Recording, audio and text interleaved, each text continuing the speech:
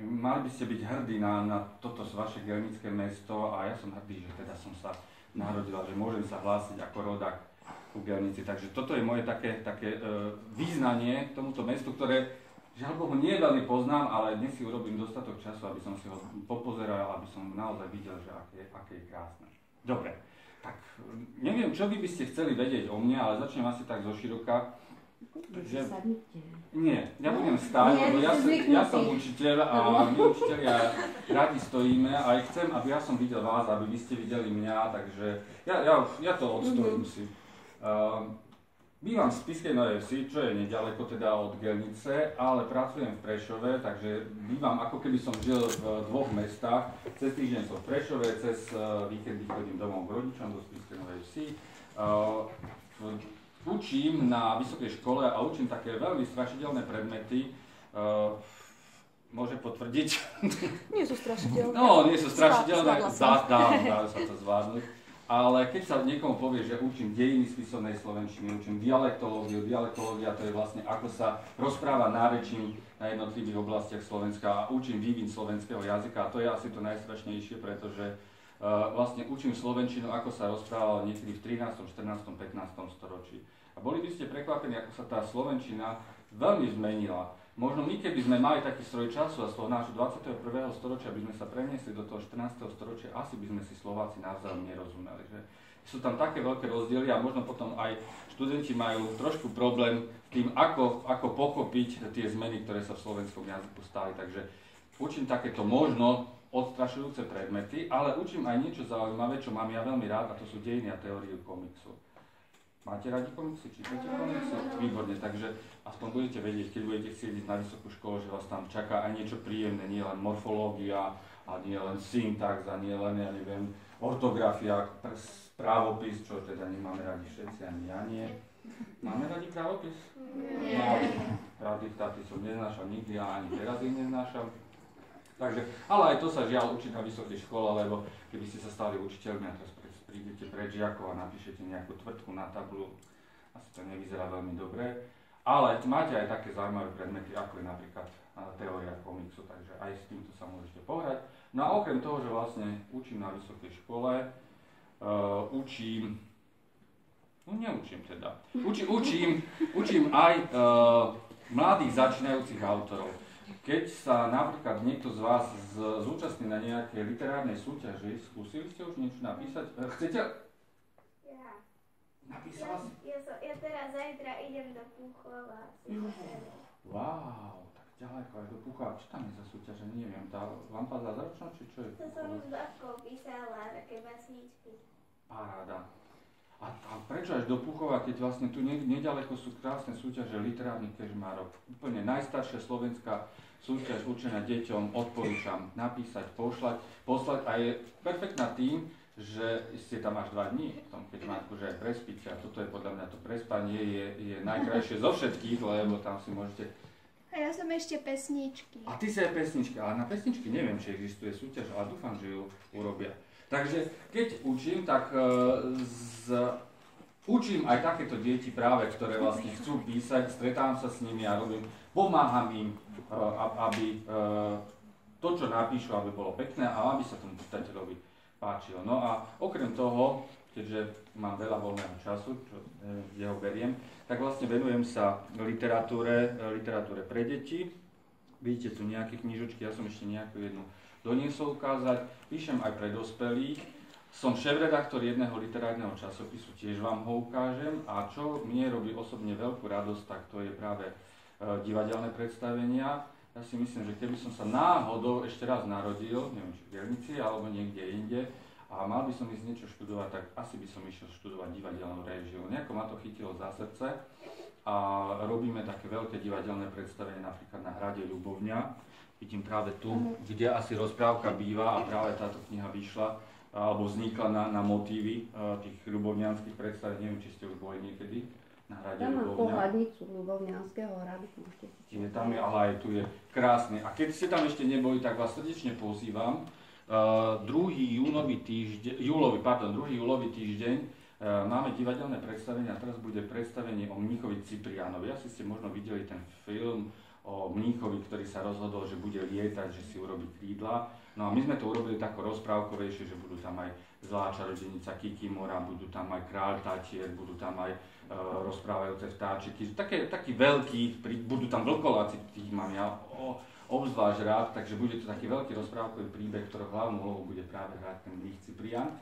Hrá sa celý týždeň, 5 krát do dňa sa hrá, takže určite, keď budete mať čas, urobíte si výlet na Ľubovňanský hrad, ktorý je jeden podľa mňa z najkrajších hradov v rámci Slovenska. Skočíme dozadu, kamarát, sa opýtame. Ako dlho už píšete knihy?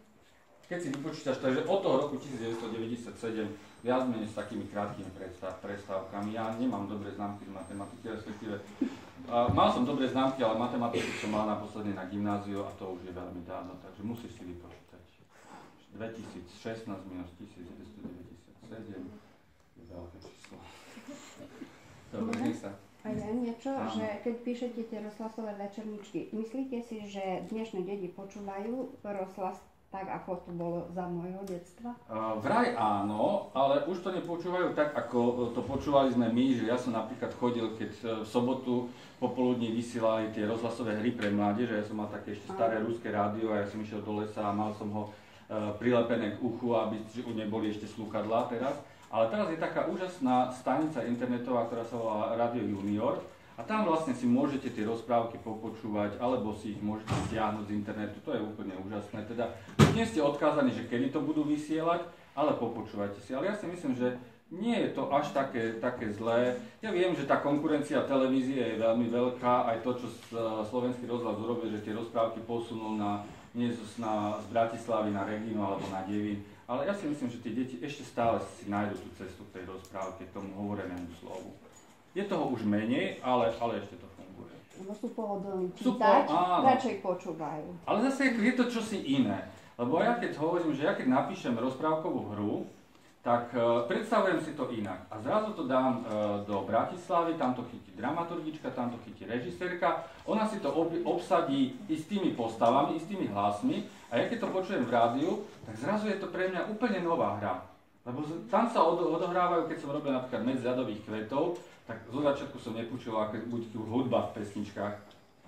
Tak a zrazu sa tam počujete škriatka, ktorého nahral Mironok a je to wow. Tak akože celkom pekné, takže aj pre mňa tie rozhlasové hry alebo rozhlasové večerničky sú vždy takým prekvapením, že je to čosi iné než tá kniha, než tá literatúra.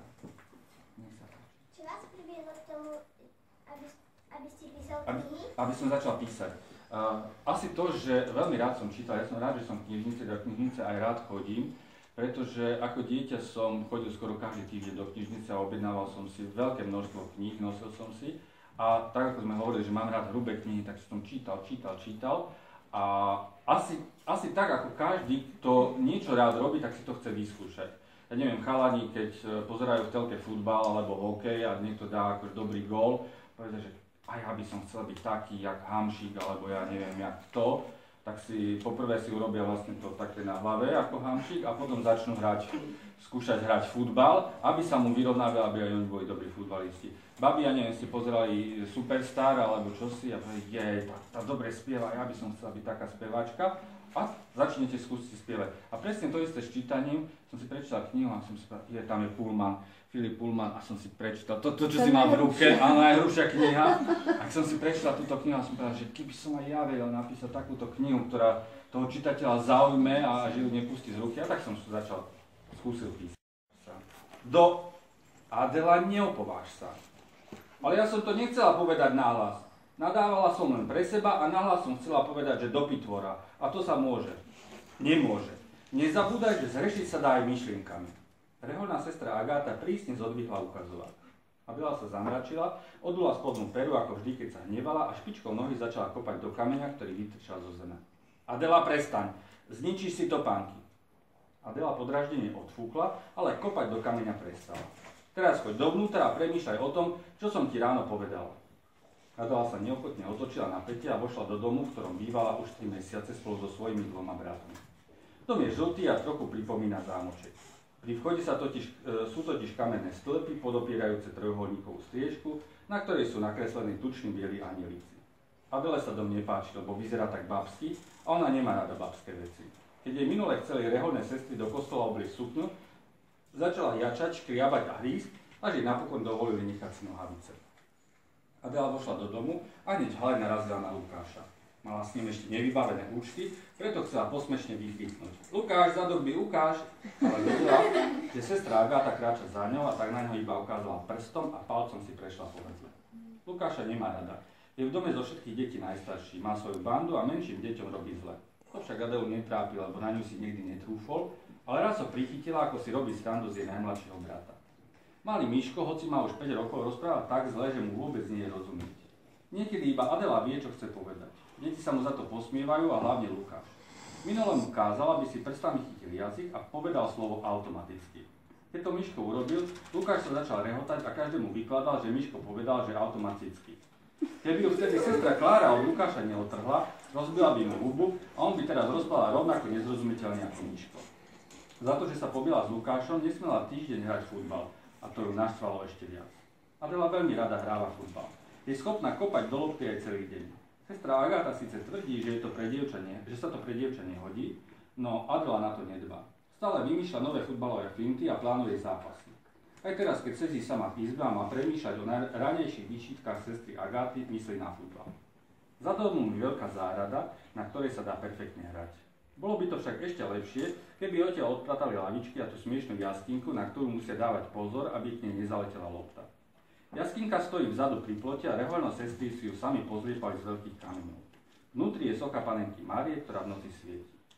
Jaskinka je taká vysoká, že keď sa na ňu Adela vyškriabe, dovidí až k činžiaku, kde kedysi bývali.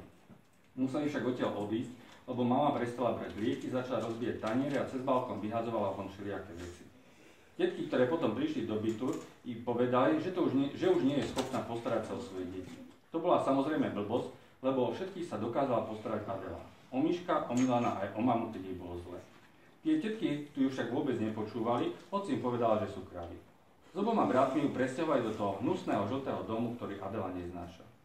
Jej druhému bratovi Milanovi sa to však páči. Hovorí, že to lepšie varia a nemusí každý deň jesť iba rožky s maslom ako doma. Dokonca si našiel aj frajerku, Silvu. Ani tu Adela nemá rada. So Silvou býva Adela v jednej izbe. Spočiatku bola Silva fajn, ale Adele vôbec neprekážalo, že o Silve všetci hovoria, že je polocigánka. No raz sa stalo, že sa Adela v noci pocikala. Stávalo sa to síce často, ale Adela sa vždy zobudila skôr a upravila posteľ tak, aby si to nikto nevšimol. To ráno však zaspala a Silva videla, že má mokré pyžamo. Adela aj vtedy priložila pest pod bradu a povedala, že ako to niekomu cekne, tak ju zabije. Odtedy Silvu nemá rada, aj keď je bratová frajerka. Nemá rada ani sestru Agátu, pretože je stará, čudne smrdí, stále Adele niečo zakazuje, ak ju neposlúchne, tak na ňu kričí. Sestru Kláru však rada má. Sestra Klára nie je mladá, nie je oblečená v čiernom habite ako ostatné reholné sestry, ale v sivom a hlavu má prikrytú bielou šatkou. Niekedy s nimi hrá aj futbal. Adela síce vraví, že sestra Klára kope do lopty ako baba, ale aj tak ju má rada. Možno i preto, že sestra Klára nikomu nepovedala, že sa Adela pobila s Lukášom. Chvíľu sa na Adelu asi hnevala, lebo sa s ním nerozprávala, ale aj tak ju neprezradila. Sestre Agáte to požaloval Lukáš. Sestra Klára s deťmi chodieva aj na prechádzky do mesta, niekedy im dokonca kúpi zmrzlinu. Do mesta Adela chodí rada. Neznáša však, keď musí ísť do kostola. Je tam zima a strašne sa tam nudí. Keď chce niekomu niečo povedať, sestra Agáta ju vždy okrikne, aby bola ticho. Doba nemusela nikdy chodiť do kostola, hoci niekedy večer, keď sa mama cítila dobre, sa všetci štyria spolu modlili Anieličku moju strážničku.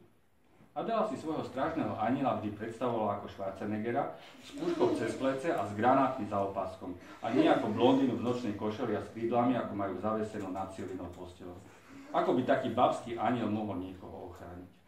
Adela sa rozhodla, že keď vyrastie, aj ona bude strážnym anielom. Skúsenosti na to už má. Ochraňuje predsa oboch svojich bratov a predtým aj máme. Minule o tom povedala sestre Kláre. Sestra Klára sa usmiala a vysvetlila jej, že je to síce pekné, ale že anjeli musia byť dobrí, nesmú nikomu ubližovať a hlavne nesmú rozšurovať sestru Agátu. Adela sa nad tým zamyslela. To bude ťažké. Ale môže začať aspoň tým, že Lukášovi zatiaľ nerozbije hubu a so Silvou sa začne opäť kamarátiť. Spokojná s dnešným premýšľaním išla z izby, ale vo dverách sa potkla o prach. Adela, neopováž sa.